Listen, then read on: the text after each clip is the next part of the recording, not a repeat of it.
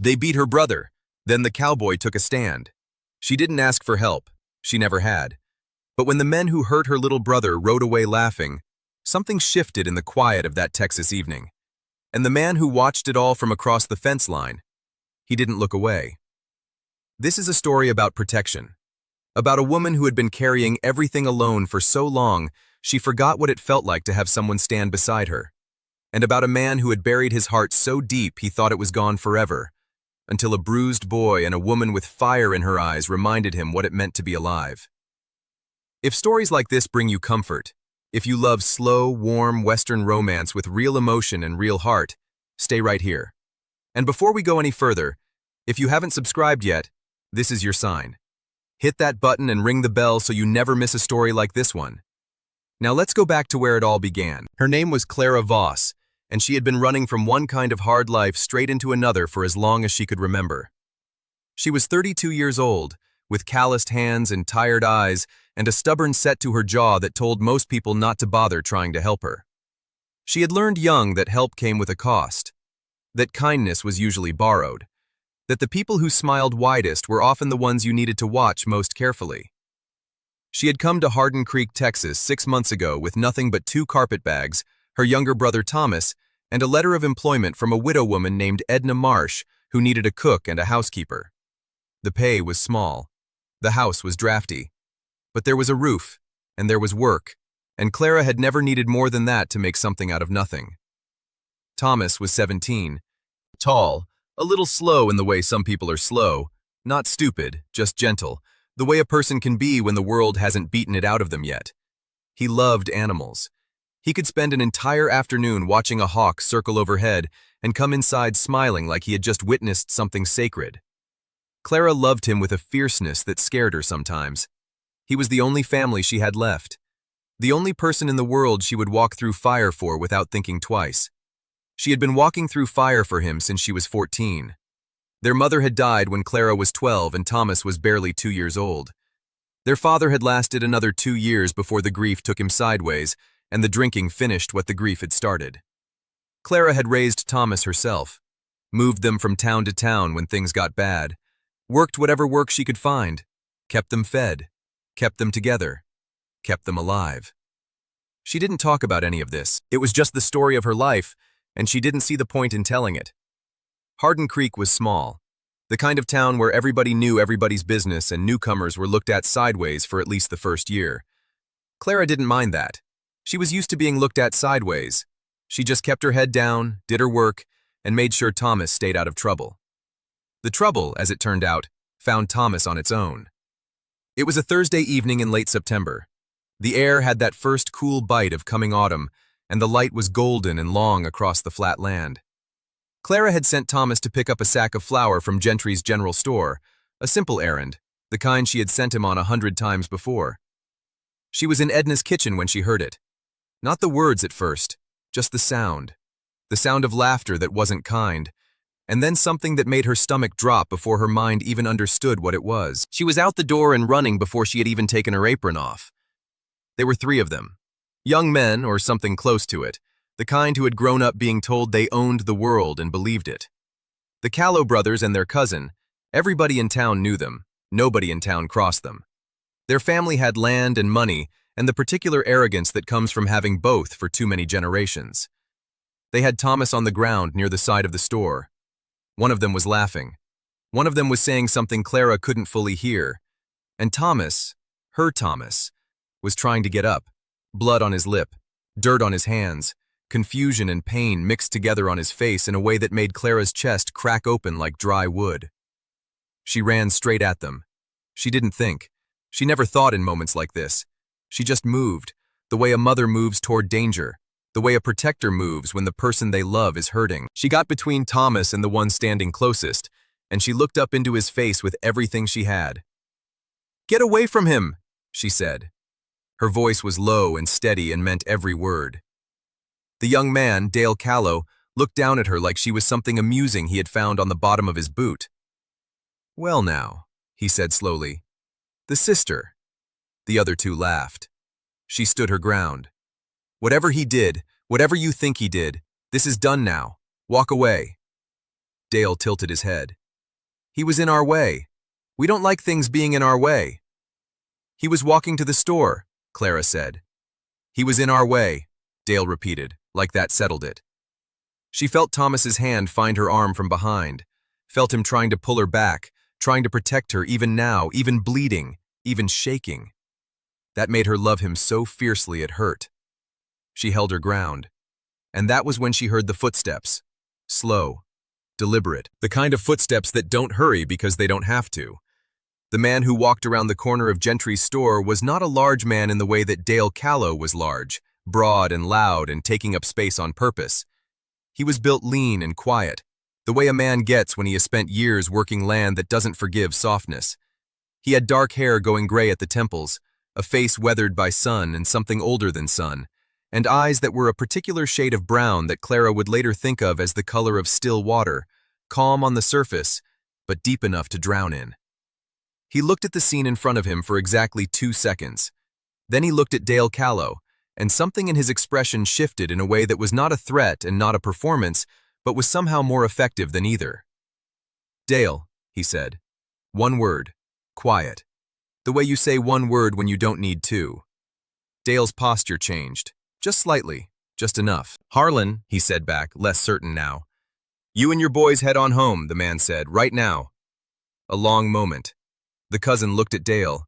The other brother looked at his boots. Dale looked at Harlan Cole for a while that stretched out like taffy, thin and uncomfortable. Then Dale Callow turned and walked away. The others followed. No more laughing. Just like that. Clara stood in the cooling evening air with her heart hammering and her hands shaking and her eyes fixed on the man in front of her. He had already turned his attention to Thomas, crouching down to the boy's level, looking at the cut on his lip with a calm, unhurried sort of concern. You dizzy?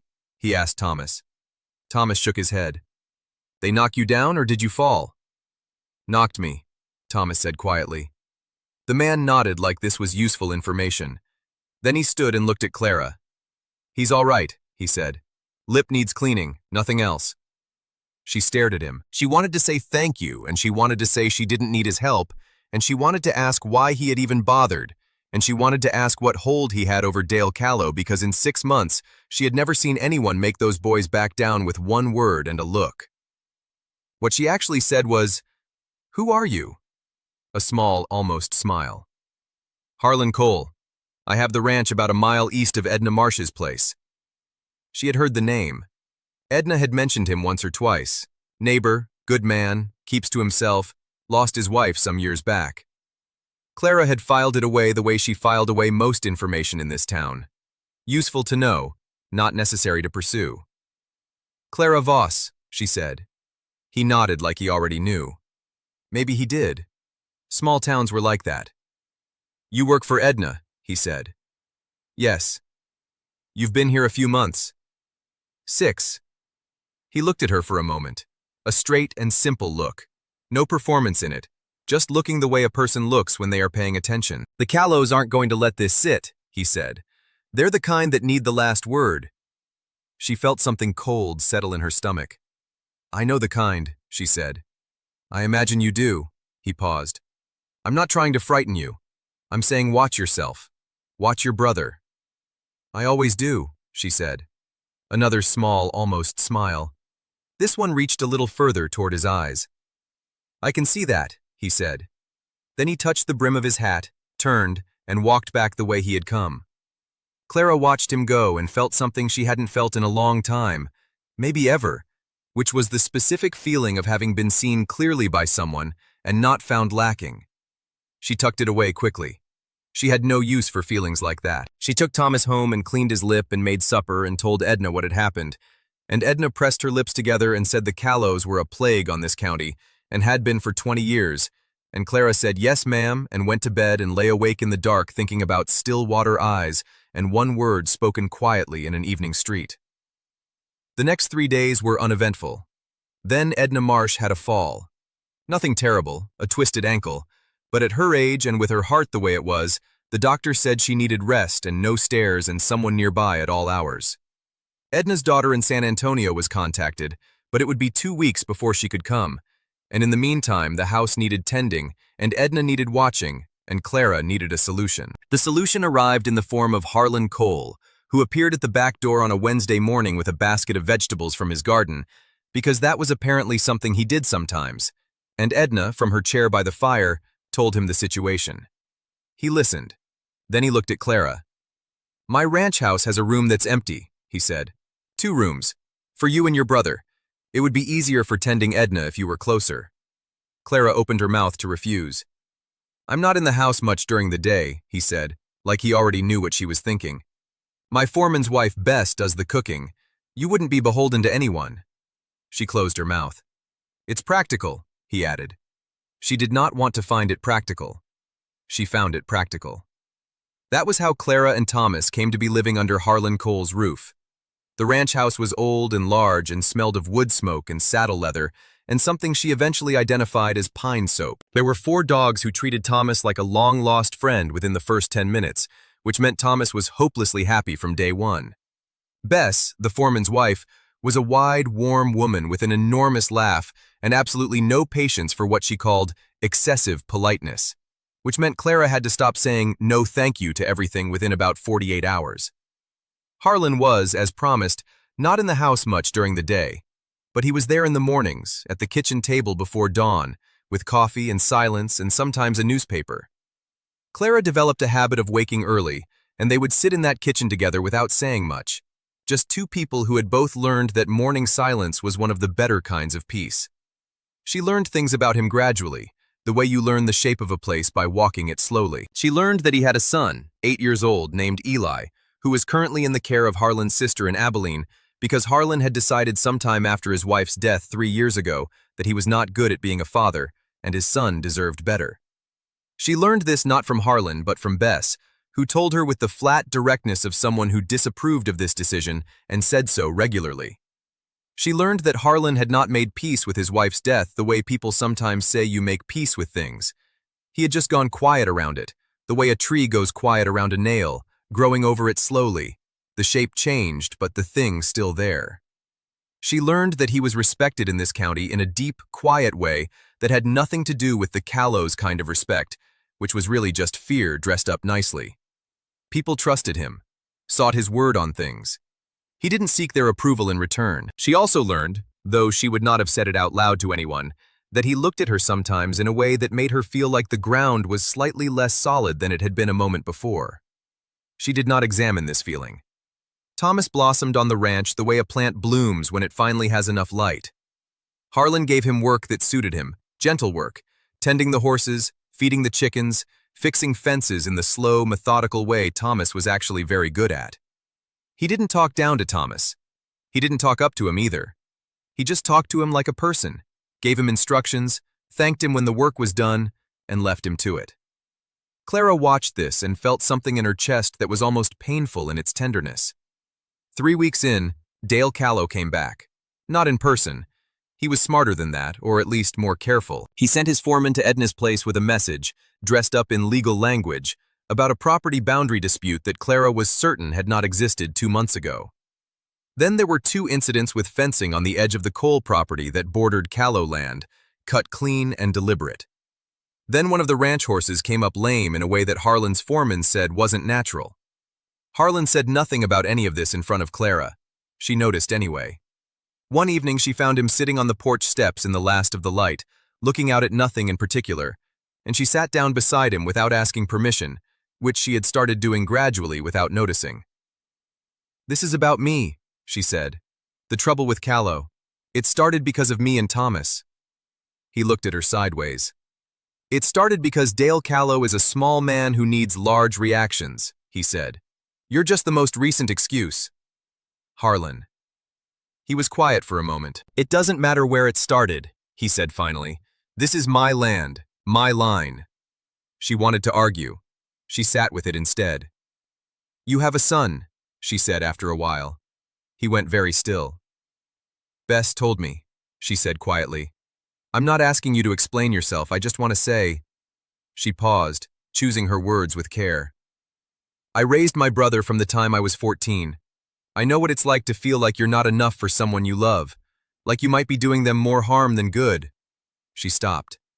"But I was wrong, every time I thought that. and I think you might be wrong too." The silence that followed was long and deep and not uncomfortable. "He's better off with my sister," Harlan said, but he said it like a man who has said something so many times it is worn thin in the middle. "Maybe," Clara said, "or maybe he needs his father." Harlan turned and looked at her for a long moment. "You're a direct woman, Clara Voss," he said. "I don't have patience for going around things," she said. Something moved in his expression, something old and careful and almost hopeful. "No," he said softly. "I can see that." 2 days later, Harlan sent a letter to his sister in Abilene. The crisis, when it came at night. It was a dry October, and everyone in the county had been watching the sky with the particular anxiety of people who know what dry land and a stray spark can become. Clara woke to the smell before the sound, that thick, wrong smell that her body understood before her mind caught up, and she was at the window before she was fully awake. Fire. On the east edge of the callow boundary, moving. She woke Harlan. She woke Thomas. She woke the foreman and Bess and the 2 ranch hands sleeping in the bunkhouse. And then she did what she had always done in a crisis, which was work, steady and clear and without panic, soaking burlap sacks, forming a line, following Harlan's direction without question, because in the middle of fire you did not argue with the person who knew the land. They fought it for 3 hours. When it was over, they had saved the barn. They had saved the house. They had lost a stretch of grazing land that would take a season to recover, and Harlan's foreman had a burn on his forearm that Bess tended with shaking hands while he told her to stop fussing. Clara sat on the ground near the water trough with her hands between her knees and soot on her face and ash in her hair, and she was shaking, she realized, not from fear but from the aftermath of it, the way the body holds everything tight and then slowly lets go. She felt Harlan sit down beside her, closer than he usually sat. She didn't move away. "You didn't run," he said. His voice was rough with smoke. "I don't run," she said. "No," he said, "you don't." She looked at him. He was looking back at her, and in the gray pre-dawn light with ash on his jaw and exhaustion in every line of his face, he looked like the most honest thing she had seen in years. No performance, no pretense. Just a man who had stood beside her in a fire and not let go of the line. "I'm glad you're here," he said. The words were simple and quiet and landed in her chest like something she hadn't known she was waiting for. She swallowed hard. "I'm glad I'm here too," she said. His hand moved, slowly, and covered hers where it rested on the ground between them. Just that. Just a hand. Just warmth and steadiness, and the quiet declaration of a man who expressed himself in actions because words had always felt too thin for what he meant. She turned her hand over and held on. The sheriff's investigation into the fire was short and inconclusive, as these things often were in counties where certain families had long histories with certain officials. But the county, small and watching as it always was, had seen. They had seen the fire start suspiciously close to Cole land on a windless night. They had seen Clara and Thomas and the whole Cole household standing in the dark fighting it.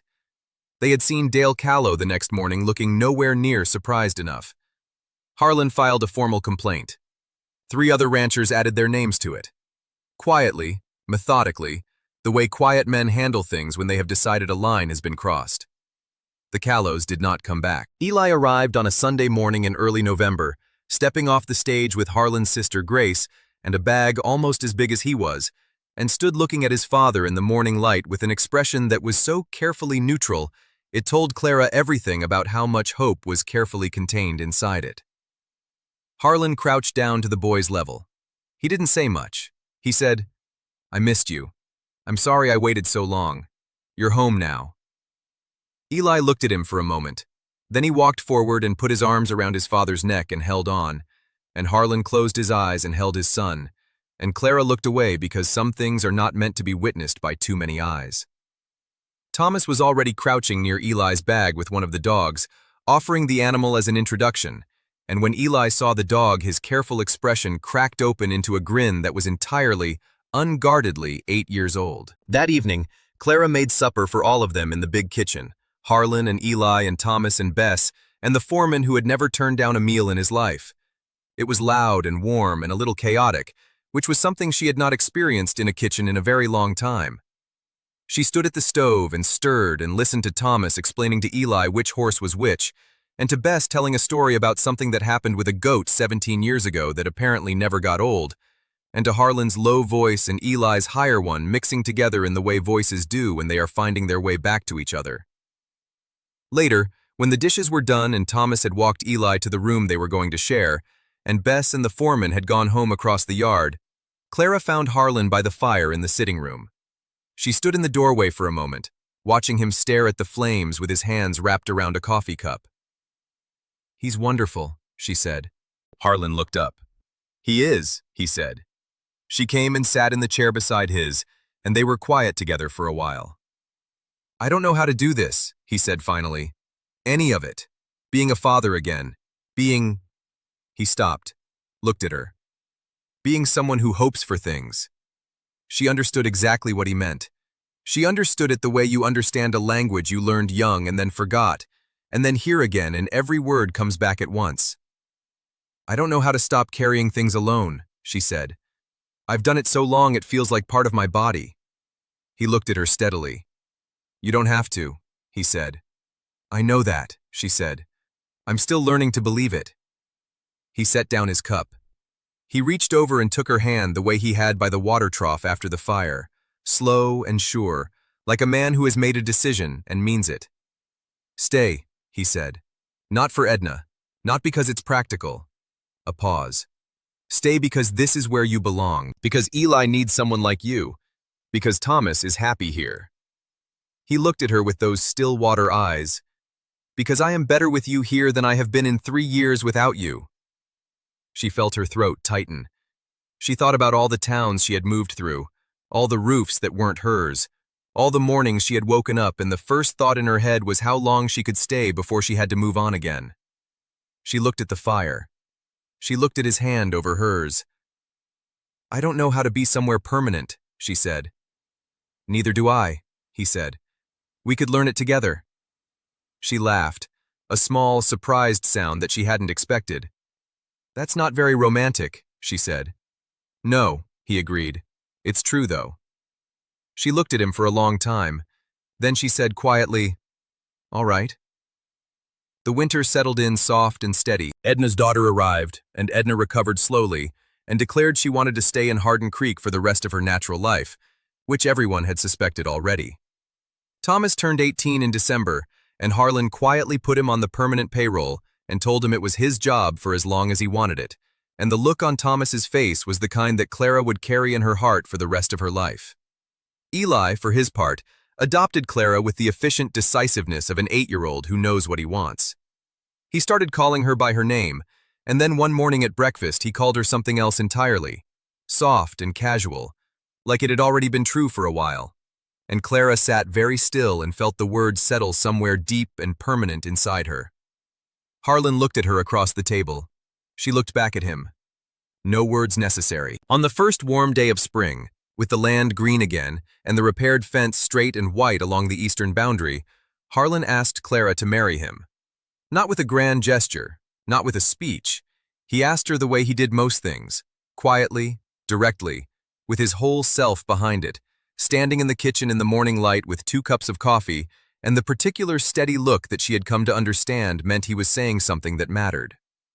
She said yes without hesitating, not because she had been rescued, not because she had nowhere else to go, because for the first time in as long as she could remember, she was somewhere she had chosen, with people she loved, in a place that felt like it had always been waiting for her to find it. She had carried everything alone for 20 years. She was done carrying it alone. She was home. If this story touched something in your heart, if you felt Clara's strength and Harlan's quiet love, and the warmth of that kitchen table with all of them together, I would love to hear from you in the comments below. Tell me what moment moved you most. Tell me where you're watching from tonight, whether it's a quiet living room, a cozy bed, or somewhere in between. And if you haven't subscribed yet, please do. There are so many more stories like this one waiting for you. Stories about love that comes quietly, about belonging that was always meant to be, about people who found their way home. Come back for the next one. You won't want to miss it.